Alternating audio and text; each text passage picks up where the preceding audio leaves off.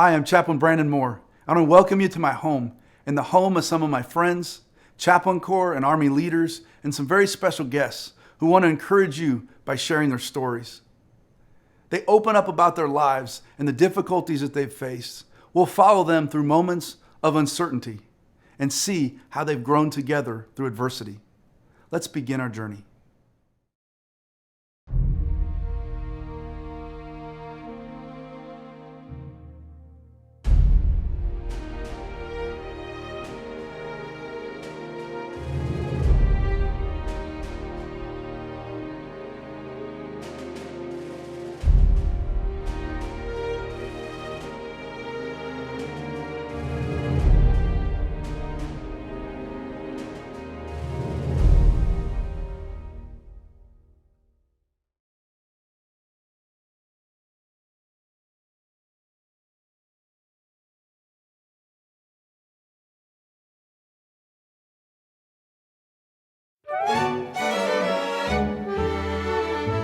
People say to the spouse, you knew what you were getting into.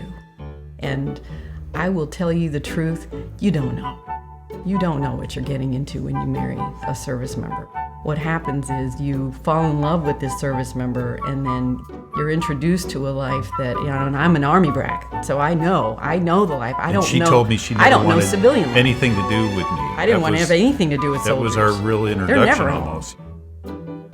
Hi, I'm Ralph Martinez, here with my wife, Laura. We've been married for 32 years. No, 30. Oh, sorry. Been married for 30 Feels like years. forever. Knowing that if something bad were to happen to their spouse, they would have a network of support. My story from me. I did. We're going to back up and give Jill an opportunity to... It's okay. I see you looking at it. I know. So I stopped. Okay. Yeah. Look at the camera. And then I come home and my wife wants to talk. And I'm emotional. For very long periods of time.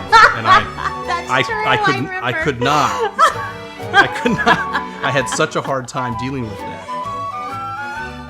When people assume that he is the service member instead of me, I tend to laugh. We laugh about it. Yeah. We laugh about it because Mike wouldn't serve a day in the Army. He wouldn't make it. He wouldn't make it. Lots of advice on parenting that we've gotten. Nobody ever told us don't have a baby during a global pandemic. That's your phone, not mine. I turned mine off. I'm a pro. I was ready for this. Oh, that was awful. It was like you couldn't say anything. You just looked. Right, because I'm having a fight with him in my head already. Right. I mean, within 5 minutes, I love him deeply. Yeah. He does something with his eye, and all of a sudden he's offended me. She's hearing what I'm not saying. Right. And I'm like, hearing what he is not saying, and that I'm good at that. One of my dreams when I was a kid was to be a Navy SEAL. But Oh. I can't say that here, though. I should say an Army Ranger. Yeah. So we've been married for a long time, and it's been wonderful ever since day one.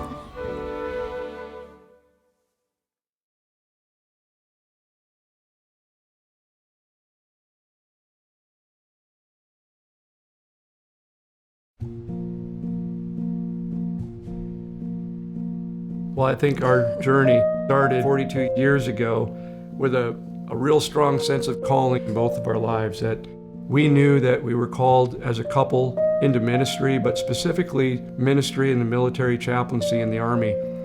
And there was a sense of adventure about that journey together, but we were all in from the very beginning. We dated for 4.5 weeks, and Maggie left to study abroad for 4.5 months. And when Maggie came back, I took her to meet my family in Hawaii, and I said, this is the young lady I'd like to marry. And of course, my family was kind of blown away. We're in the middle of this war. And that's why we got married. If we want to get married, this is it. It's time to get married. Yeah. If you look at Robin and Bill Green at year number 1, you would see two young folks really struggling to kind of figure some things out. Because I think we probably bought into that whole idea about how people say, the first year is always the toughest year, you know. But we realized that, we'd been apart all those years before we met each other, and so we brought all this history into the relationship. And we've learned now how to work through some of that history. We've been married 12 years. 12 years? No. Or, no, 8 years. 8 years, 2012. We met in Nashville in between deployments. Either one of us expected much at first because we knew I was taking off and had deployed several times before and had no expectations of someone who just met me to power through a deployment. It was hard because we met and 6 weeks later he went on a deployment. I've always kind of resented that a little bit because we missed out on that kind of courtship phase that lots of couples, that great phase of falling in love with somebody we had to do over Skype and across many thousands of miles, and it was really hard. Mara and I got married in May of 2000. We literally went to the church on a Saturday and we drove from Fort Benning, Georgia out to Fort Lewis, Washington on a Monday. And in a matter of 2 weeks, I took command of my first rifle company. We bought our first home. 15 months later, 9/11 occurred.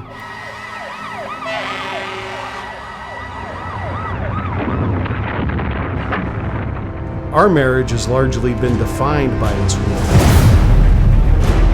At this hour, American and coalition forces are in the early stages of military operations to disarm Iraq, to free its people, to defend the world. What I remember vividly about that deployment, I learned that Jill had maybe something going on physically that was of concern.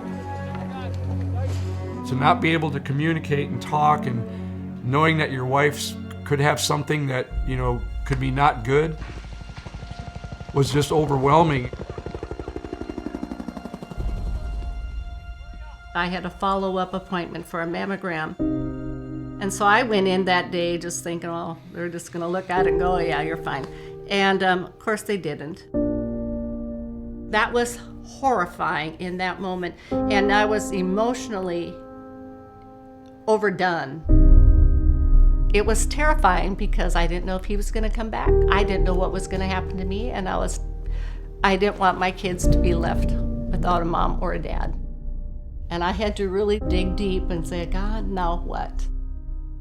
I need you to take care of everything right now because I cannot do it. I've got these 4 kids at home. I need your help.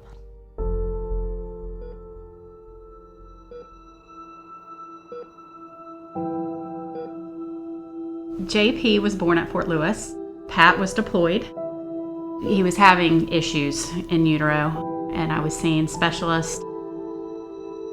They actually didn't know whether JP was going to make it or not.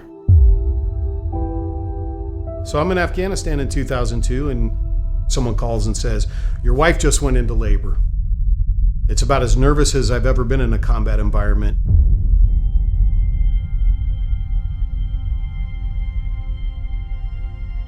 Many hours later, I get a call back, and it's from the same staff duty. He says, hey, Mara just delivered your son. So I called the hospital and I spoke to my wife, and my wife's initial report to me was, Patty's beautiful, he's perfect.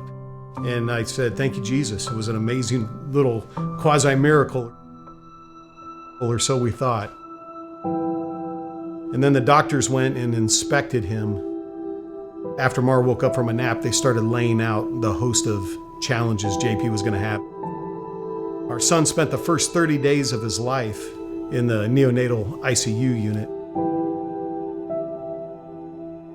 So I arrived home when JP was about a week old, and Mara and him had this real bond. And the way I tried to assimilate in a way that wasn't full-throated initially. I was not a good husband or a good father necessarily, having left this environment that was rather intense, and then trying to fit into a neonatal ICU, have deep empathy for my wife who'd been slugging it out with our young child, who I had never met before. I've got my husband who's going through a significant, situation overseas, and he's coming straight to a NICU, and, my son's got tubes everywhere. They also lost soldiers while he was coming back, so you've got this kind of tug of war going on.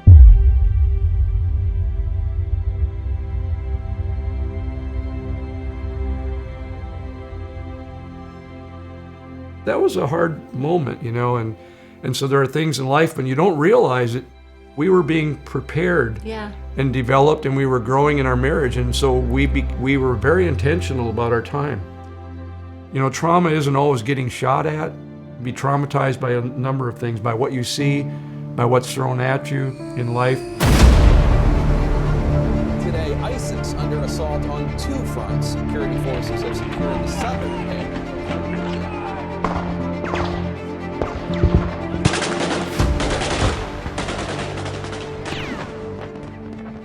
We've been married, 2 years now?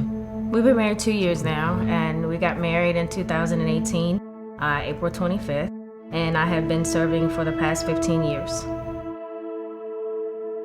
The challenge for me is you don't know when she's going to get a call and she have to leave. And I try my best to prepare myself and my son if she leaves. That runs through my mind a lot. Why is that? Like, what scares you? Like the part about me not coming back home, or the part about me just deploying, or deploying and something happens, you know, out there. You know, something happens to you.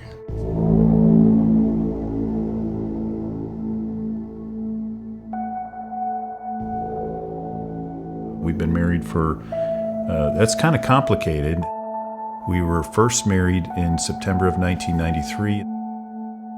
I was deployed for 10 of the first 12 months that we were married.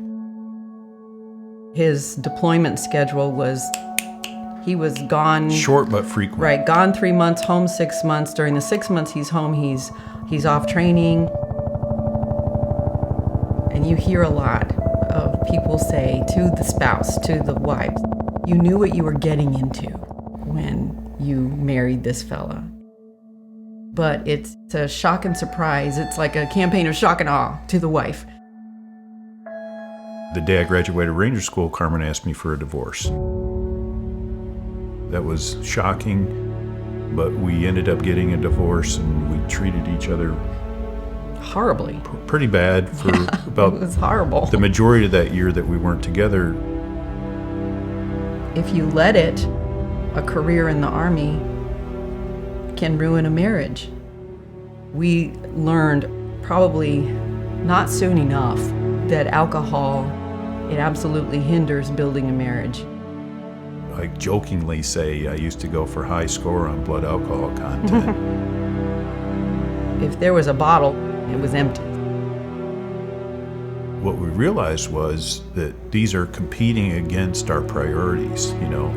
And so I don't hit people over the head with that and say, don't drink. It's, how are you going to manage this? How are you going to manage these things that can get in the way of time? I quit drinking. We both have quit drinking. You've got to address the challenges if you think everything's always going to be great.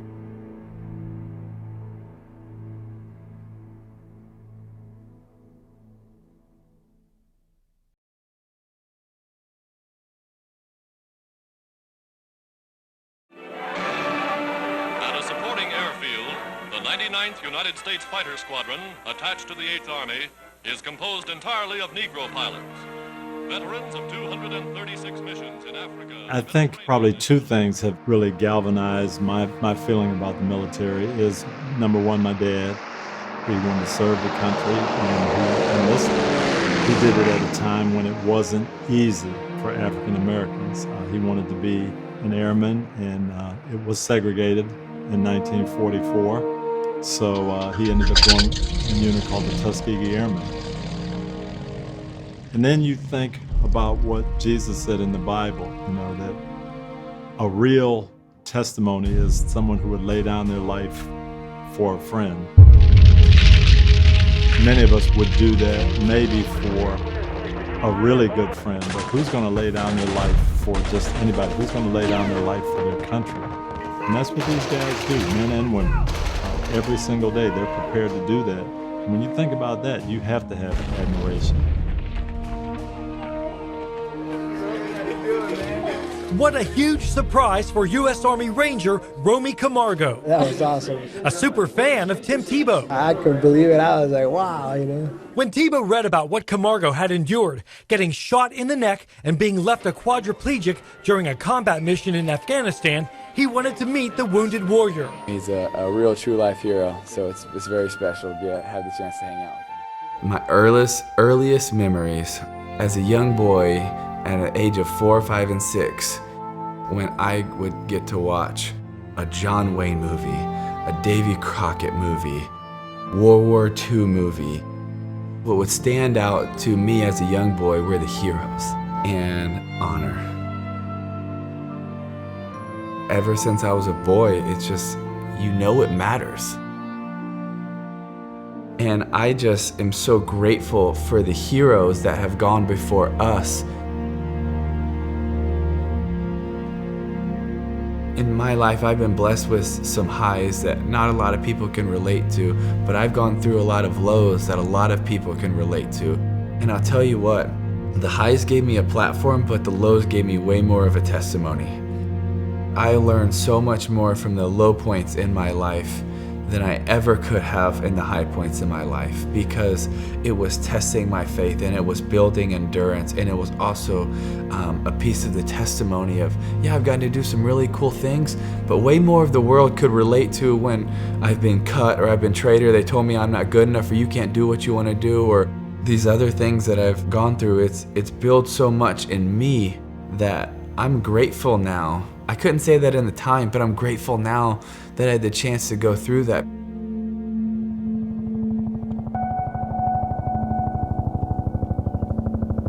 I think Carmen would say the Army's my mistress, because when the Army calls, I go. But we kept finding excuses to come back together. And then we got remarried in September '95, and we have 2 sons, Seth and Victor. As soon as Chuck started getting more and more rank, we started moving sooner and sooner and sooner and sooner. Mm-hmm. So we were moving once a year, it seemed like it. And that brings challenges on the boys, too. We've moved 10 times in their lives alone. And each time, much like redeployment, it's a different challenge for them because they're at a different phase in their life. There was a particular time frame where we had 7 fatalities in the 24 months that I was the CSM. 5 of them were self-inflicted mechanisms of death.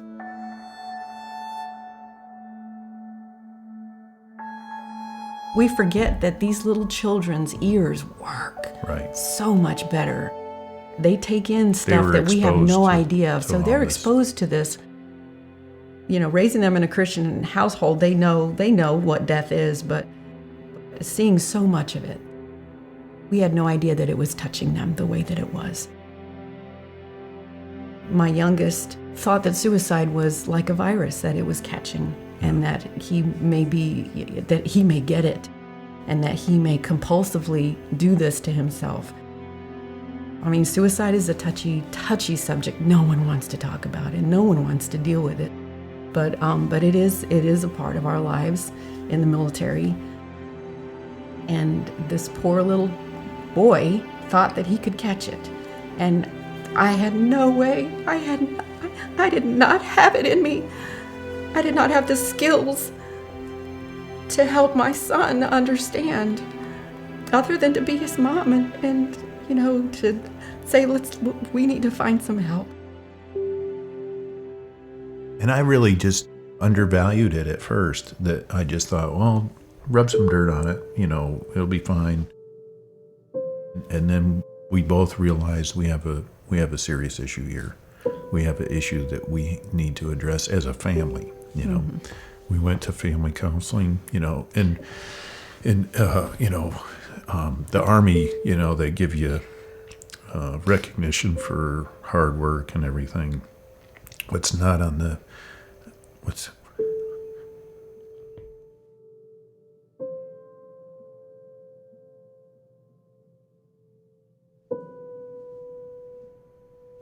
if you're moving at the speed of the Army, it breaks things. You know, you gotta You got to realize that and then figure out, okay, how am I gonna keep things from breaking?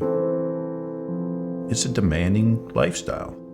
This is a way of life. It's not just a job. It's a commitment. It is a conscious commitment. You can't just say I'm married to him. I say I'm married to him in everything that he does, because everything that he does, we do. We are all in this together.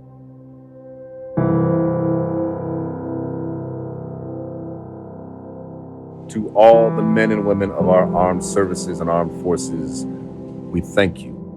And we are thinking of you. We are lifting you up in prayer.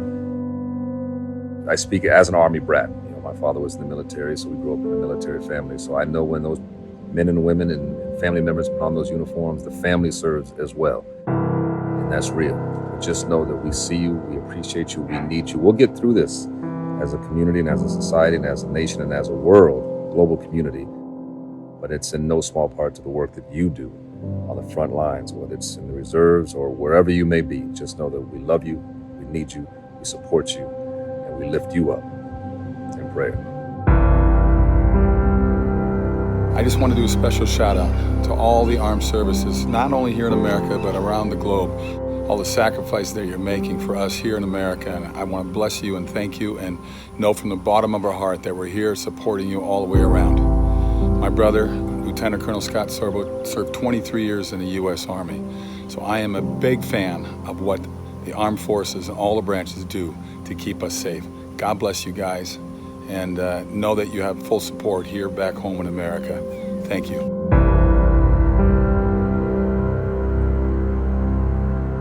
Once again, the great military stepped up to save us in the crisis. They're heroes. They do a great job every time. It's not only the individual military, it's the families of these great heroes that have great sacrifice also. And you represent the very best of us. Thank you.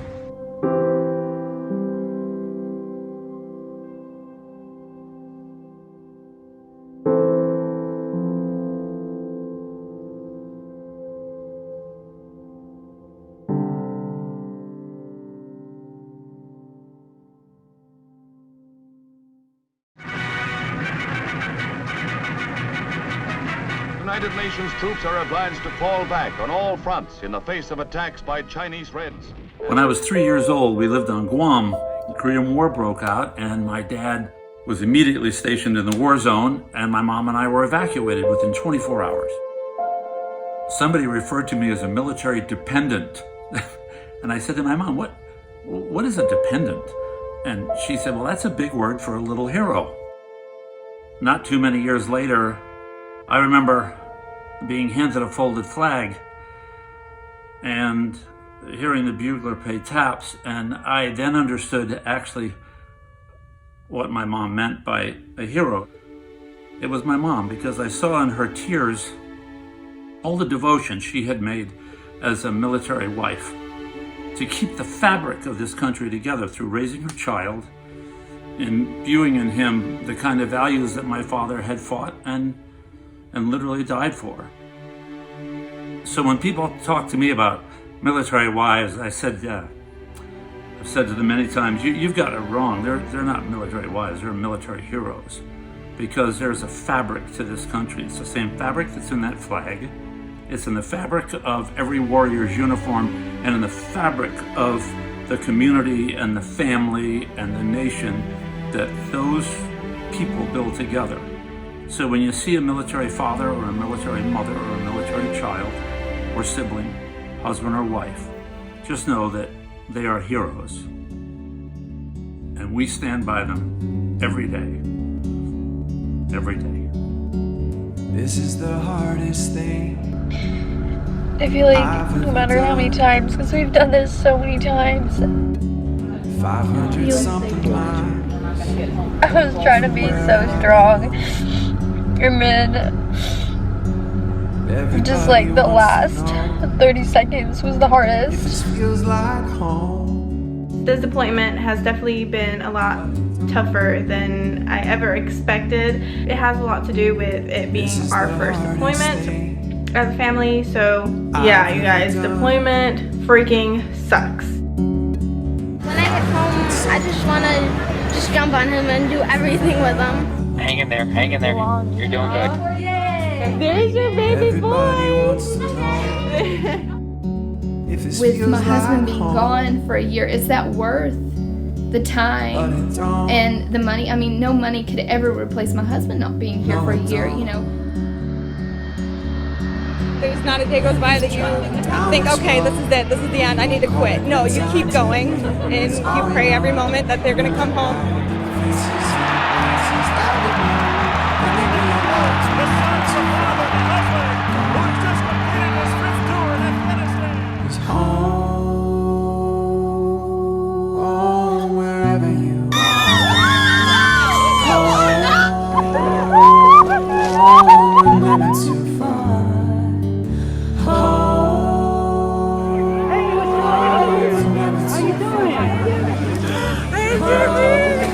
It makes me really enjoy and not take for granted family and my time with family and friends and being home. Home is wherever you are.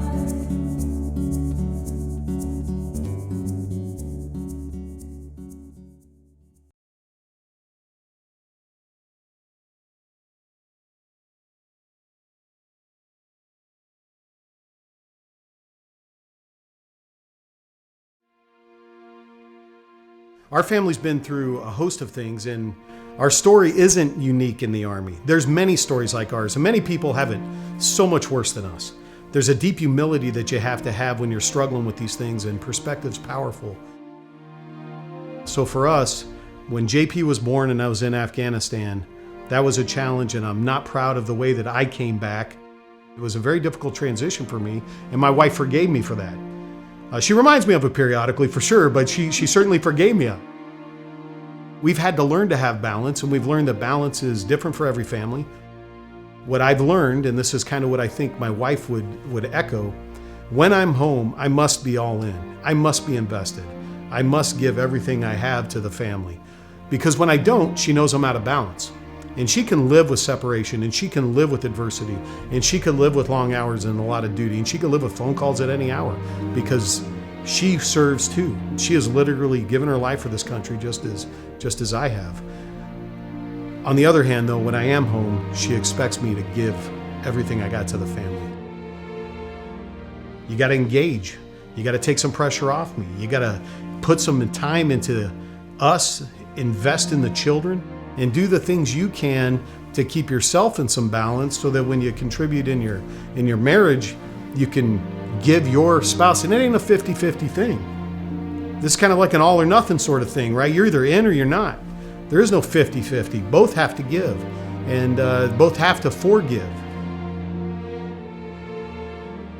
Early on in our marriage, we decided that we were committed, and that is like a focal point for me, to know that we are committed, that we are going to get through this through communication or saying I'm sorry. Those are some great words. You know, I am sorry.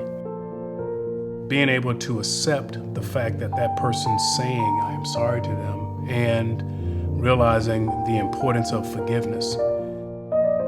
I think that the power comes from the fact that the person is making him or herself vulnerable in order to move on and to seek better horizons for the relationship.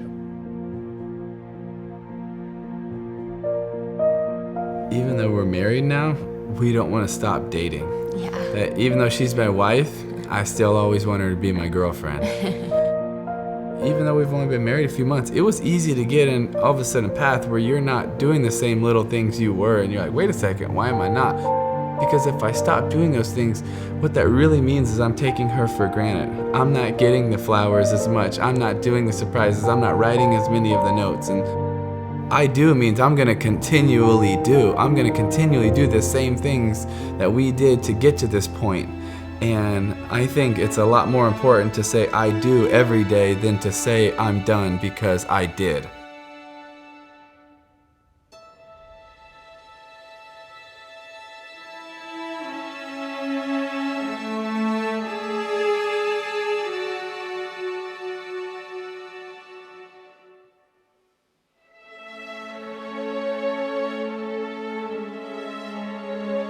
We just felt like things were kind of drifting a little bit, and I was feeling it, and we were having that time where all we really talked about was the kids. What we did, because we didn't have much money back then, we decided that one day a week we would go to lunch. It was important for us to be just the two of us together and make sure we start connecting again, and that was very successful. But it does have to be a concentrated effort. You have to really want to work on your marriage. Even after 25 years of marriage and all this experience that we have, there's still friction and there's still challenges. But what you know is that you're going to come out the backside of it. That it isn't just you go to your room and I'll sleep on the couch or something, that okay, we're going to figure this out. There are times, I think, in every marriage where our spouse is someone we don't always like. And I think that's just a natural part of growing in your relationship, in your marriage. You know, we might be in the middle of a little spat or whatever, and I'm like, I don't really like you right now, you know? You're not much fun, and I don't like what you're saying, and maybe what he's saying is truthful and it hurts me, whatever, but you know, if I feed that thought can grow. So acknowledge that thought, but then I think you need to let it go, because if you allow that to grow, that will cause a big hindrance in your marriage. Don't go to sleep angry. Yeah. We really, really live by that. It's very hard for me because I like to, make him feel the pain. But we try to not go to bed angry at each other. It might take till, right at midnight, but always remember, no matter what you're going through, just say to yourself, it is not always about me. It is not always about me.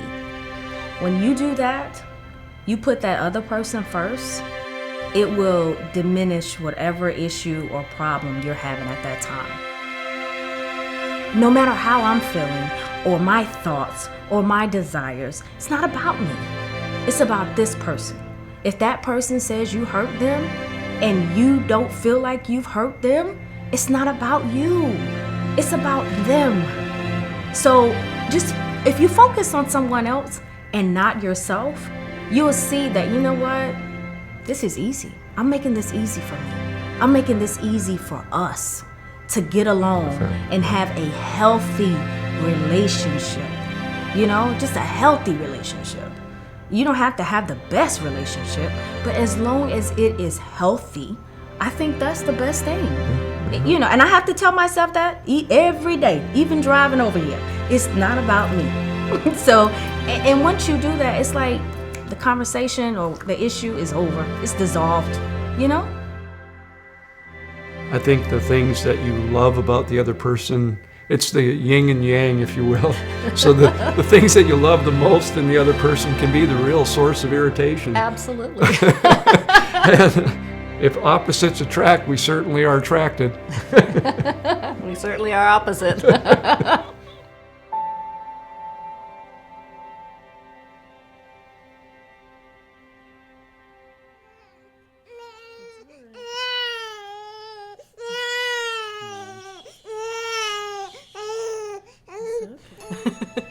It's been incredibly difficult.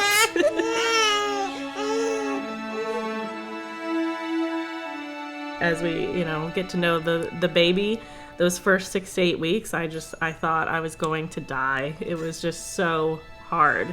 And I remember just sitting in, the nursery rocking and all hours of the night and just thinking, okay, like this isn't going to last forever. This is going to pass, and you have to try and enjoy that moment.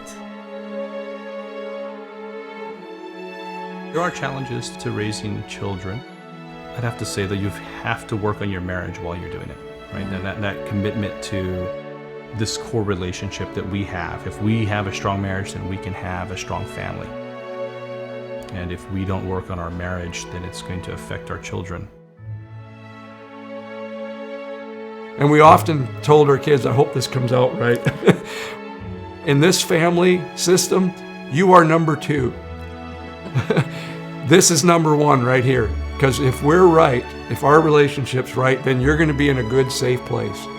It's going to be a healthy home. So we really put a priority on our marriage. You want to be a helicopter pilot? Yeah. Okay, here we go. Kids do bring a lot of stress into the marriage because you probably have different ideas of how to raise the children and how to discipline the children. So I think building your relationship first. Making that commitment to trying to have a date day or maybe a date night or some outings, and then having special times with your children to show them that your relationship matters as a couple, but also that individual relationship with your child. But the children will eventually move out of the house. Right. And then you'll have each other. Mm-hmm.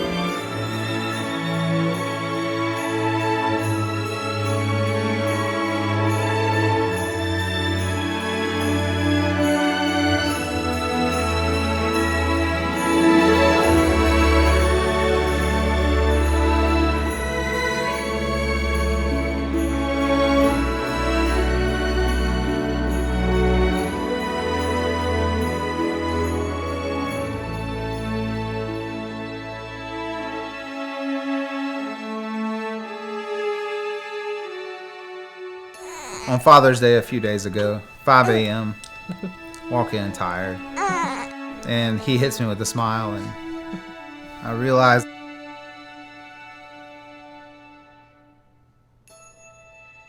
from that moment forward, it was one of the best days of my life, just because of him.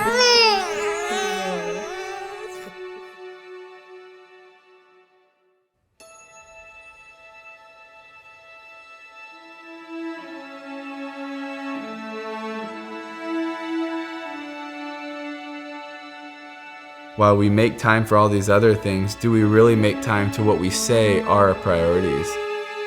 For me, I've always said faith, family, is first. Second and third, one out.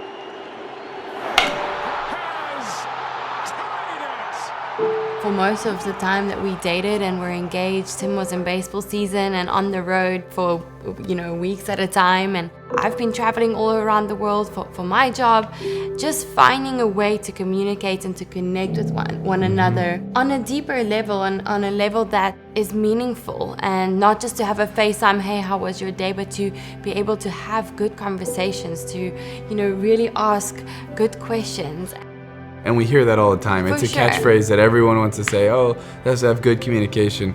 But good communication is only good if it's clear communication, right? So and it's important to get down to those needs and those wants, and it's important for us to not just be around each other when we have the chance, but communicate with each other. Understand what you're saying, why you're saying it, and how I can meet those needs and vice versa. First of all, it takes time, and it takes being intentional. I think it takes asking the right questions, trying to understand the whys. But also acting on that. I think that's so important. You can understand and you can hear someone, but if you don't act on what your partner needs, then that communication is kind of gone nowhere, because you're not able to provide the love or affection or understanding that person might need. So let's do something intentional to fix this need or to fill this need that you might have as my partner. And I think that's where we were able to really go into deeper conversations and really connect with one another, and also grow together. Because once you're able to be vulnerable with one another and work through whatever situation it might be, I think that's something that really brings you as a couple closer together. We literally do everything together. Everything. Everything. Yeah. We work out together. We do everything together. We've done the love languages. We've done the Enneagram. Yeah. We've done the what's the 4-1? I know.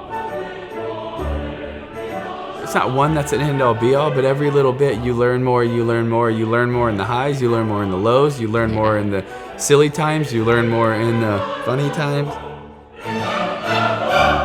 I think we enjoy each other's company more than anything else. Oh, yeah. Yeah. You know? Even though sometimes you don't like Yeah, sometimes. but But it's okay.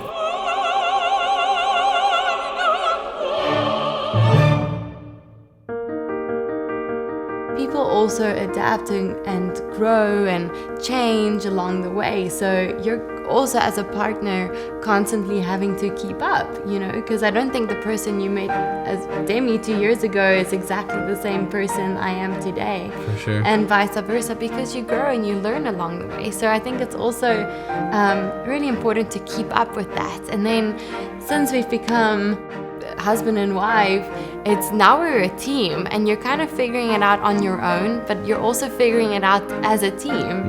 And that's been super fun. It is. But then it's also, as a team, is where do I need to come in and help on her stuff, and where do I let her do it, you know? Yeah. And that's a fun process. You're like learning except each when I other's overstep. roles. I think marriages really thrive on consistency and doing things the same way. And we get into a rhythm, we get into a routine, and we all feel good about it. Well, change, adjustments, anything that takes you off that track a little bit is going to challenge that marriage. And so we've got to come through it and realize we've got to make adjustments. How can I help my wife? How can she support me? How can we come in this together? Anything that's important, it's hard to do it by yourself. Whether it's life, marriage, a career in the military, a football team, you say, I've got all the answers, I'm going to do it by myself. You're going to see disappointments. You're going to see problems that you can't overcome. And to me, it always has to be belief in something bigger than you. People talk about faith in a lot of ways. I put my faith in the United States. I put my faith in the military. I put my faith in my parents. That's great until you come up to a situation that they can't handle. And then what happens? When our son died unexpectedly, when I got fired, even though we're in the playoffs, illnesses, sicknesses, things that are just above and beyond what I can really deal with. Have to believe that God understands it, God's got it under control, God has a plan. I've got to get myself underneath Him and let Him direct me in that plan. That's always been the way I've done it. That's worked for me. I think back to a lot of things that happened in my life. If I tried to figure it out myself, if I tried to make the right decisions only with what I know, I would not have been successful.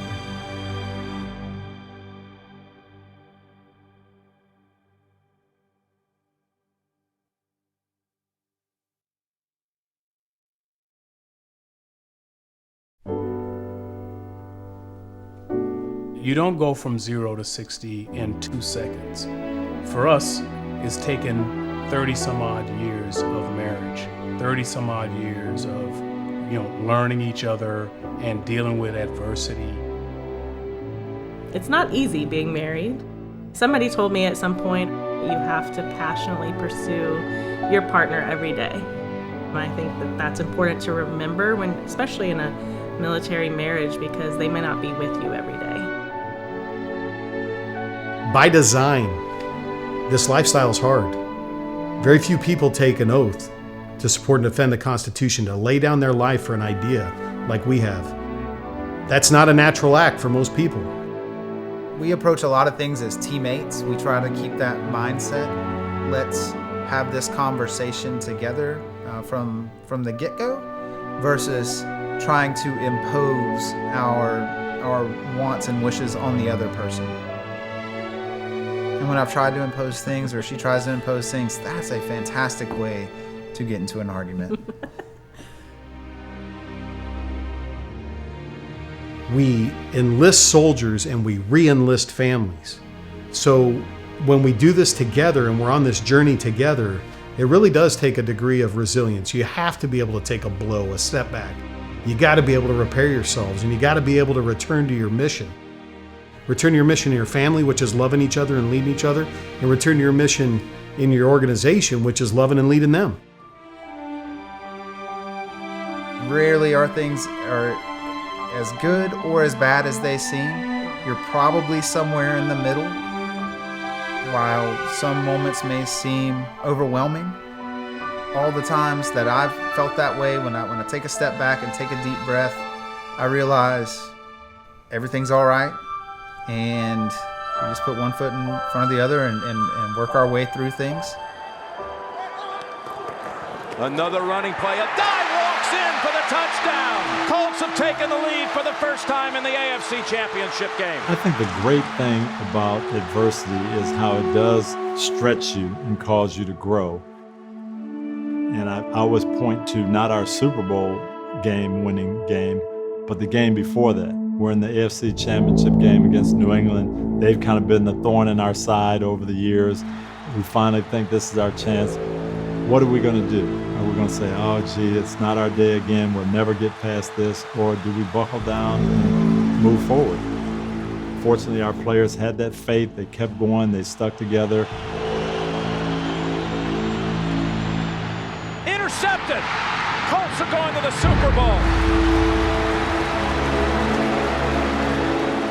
Tony Dungy will join his great friend Lovie Smith at the Super Bowl on this historic day. The first two African-American head coaches ever to make it to the Super Bowl. And all our Colts fans, I see them now, years later, oh, that was the greatest game. That's the best game I've ever. And I think to myself, how could that be the best game? We only had 1 minute. But it's how the story ends and how you push through adversity that matters. Nobody goes undefeated. Every play isn't perfect. Every play isn't a success. You can give up and say, oh, well, gosh, I can never do it now because this is too much adversity. Or you can say, what can I do to make the situation better? How can we fight through this?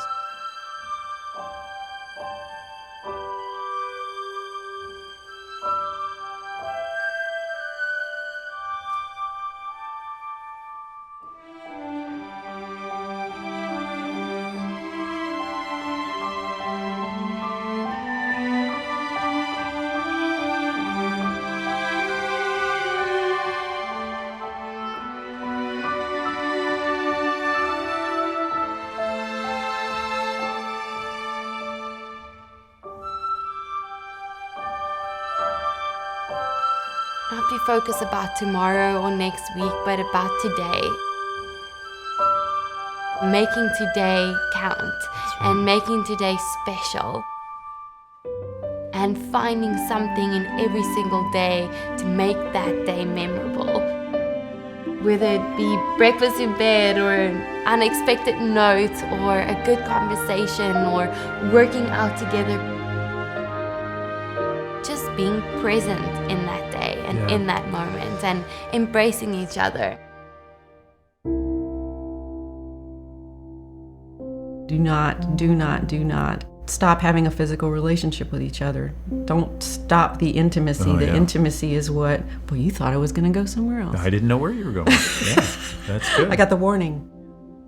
Don't stop the intimacy. Once intimacy stops, there's a problem in your marriage. If you can maintain intimacy, you're close. You're together. Right. But everything else has to be good. You can't come home and everything's not good, you know, that everything's disruptive and expect to be intimate. That's where maintenance contribute to the physical relationship piece of it that you want too. But you can't just be thinking, all I want is a physical relationship and I'm not going to do all the rest of this other stuff. You can't have physical without relationship. Right. So I didn't know where you were going with that, but that's good. That's very good.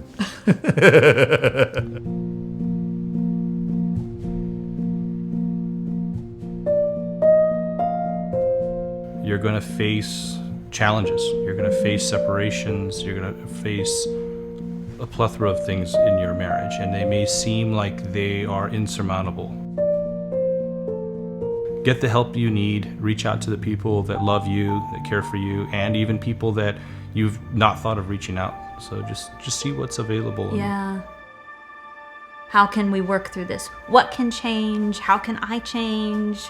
And like you said, what help can we get? Don't give up. Seek counseling. Talk to your local pastor. Just don't give up. Once you weigh the odds, it's like, no, it's not worth giving up. And yes, you will face the trials, the tribulations. But the thing about it is, you're gonna face those trials and tribulations whether you're single or married. You're still gonna face a lot of obstacles in life. That's the best thing about a husband and a wife or a spouse. You know, you can at least share your journey with someone else. And that's the beauty of it. I mean, baby, you summed it up. Thank you. You good? Okay. I got my buddy, my best friend here. You're gonna make it. It's a good life. It's a great adventure. Yeah, it's been an adventure. Yeah. If we could keep the two of us at the center of this thing, and I love her, and she continues to forgive me, we got a chance. I'd ask you to think about all the folks in your life that love you, all the folks in your life that would pick up the phone at 3 a.m. if you called them and told them what's really going on, and find somebody you trust and let them know. Give them a chance to help, because there's a lot of us who are poised, spring-loaded. We'll come. Call me if you need me. So if you're having a challenging time, what I would encourage you to do is seek your unit chaplain. Unit chaplains are a great source of encouragement, a source of strength, and also they can offer multiple other opportunities for a family that might be having a challenging time. We've been doing this for 245 years. I think we know a little bit about caring about people. It's a major part of what we do. In fact, it's one of the reasons I continue to serve. Thank you to all the troops that are watching, their family sacrifice, their families being willing to support their husbands or wife. And we're grateful for you. We're grateful for your heart, for your courage. We're grateful that God made you in such a unique, special way for such a time as this, as to be heroes for us. I am truly grateful, and I'm not saying that because it's politically correct. I'm saying that because I believe that from the bottom of my heart. I am an American soldier. I am a warrior and a member of the team. I serve the people of the United States and live the Army values. I will always place the mission first. I will never accept defeat. I will never quit. I will never leave a fallen comrade. I am disciplined, physically and mentally tough, trained and proficient on warrior tasks and drills. I always maintain my arms, my equipment, and myself. I am an expert and I am a professional. I stand ready to deploy, engage, and destroy the enemies of the United States of America in close combat. I am the guardian of freedom and the American way of life.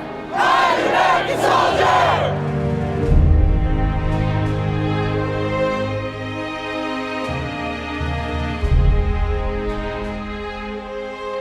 I want to thank you for what you do each and every day as families, the things that you give up so that others may gain as a result. I just want to thank you again for your service to our great nation and to this Army. And I'd like you to just join us as Jill and I close out our session today in a word of prayer. Gracious God, we thank you for this country that we love and for the privilege of serving it at this time. We ask, Lord, today, extend our hand of blessing to the Army family. Father, we thank you for this day and for an opportunity to serve our great nation.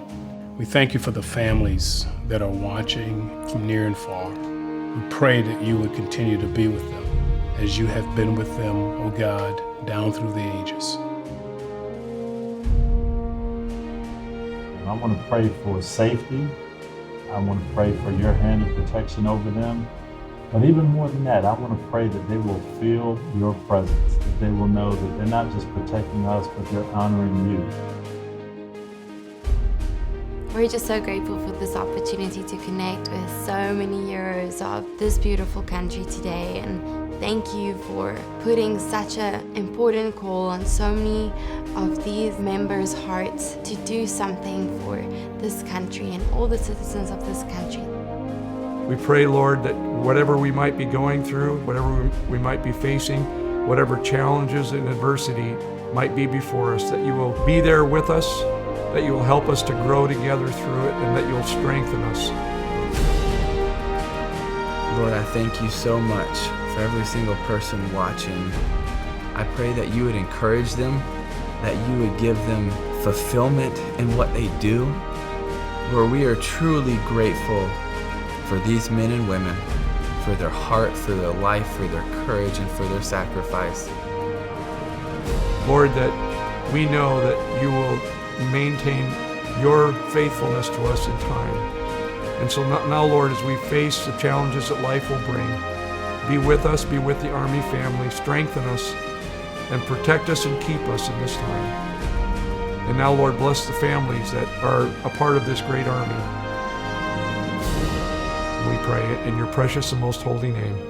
Amen. Thank you for joining us in this important conversation. It's our hope and prayer that you were encouraged and challenged, and maybe even discovered some strategies to strengthen your marriage. If you need help, reach out. You're not alone. The Army has many resources available for you. Thanks again for joining us. Let us know how we can help you on your journey as you grow through adversity. The Lord bless you and keep you. Hi, I'm Vanna White. I want to send my love to the men and women of the American Armed Forces and their families. I appreciate all that you do for our country and hope that those of you who are separated will be reunited soon. It's an honor for me to have this opportunity to say hello to the men and women in the military. It's important that you realize and keep in mind how grateful we are as a country for what you do for the rest of us. You are, in fact, the best of us. I wish you well, wish you Godspeed, and I thank you from the bottom of my heart for your service. Take care. Bye-bye. And I know I speak for millions of others in saying thank you for your hard work, your dedication, your commitment. There's an old saying that, I come from church, obviously, and my dad was a minister, and we understand and know what when the Bible says this too shall pass. The challenges that we're going through, that we're all going through, there are always strength in numbers. And as we stand, we hold hands as we continue to pray for you and for your families and for this great nation that we live in. We will not be denied. God bless America.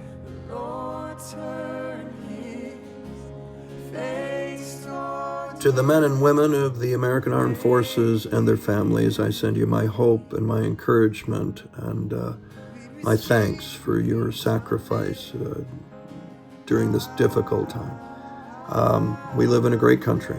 It's a country where I get to make movies like Gettysburg and, yes, Dumb and Dumber. Thank you for that.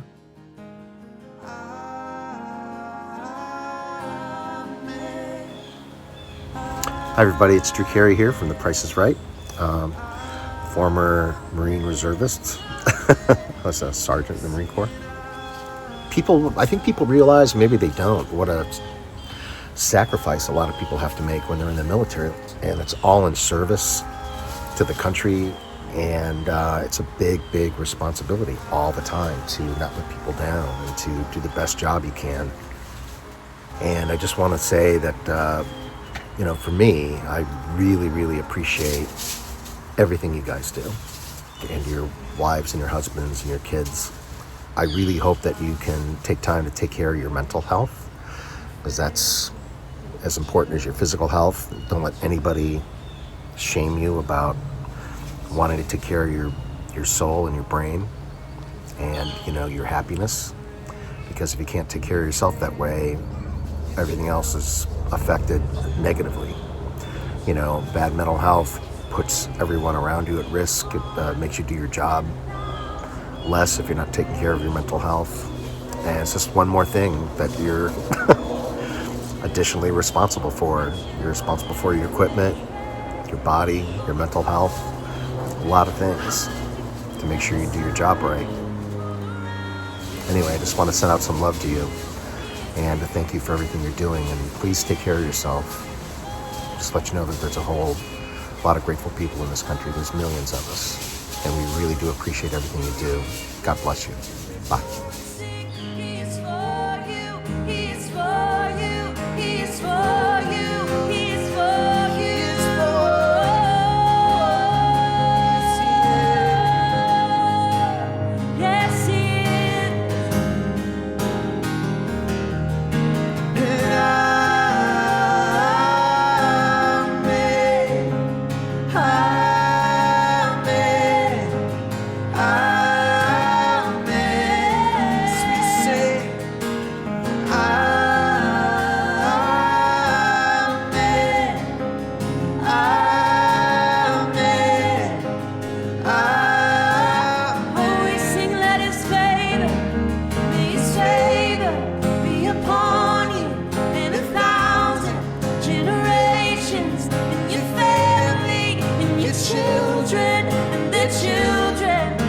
Children, may His presence go before you and behind you and beside you, all around you and within you.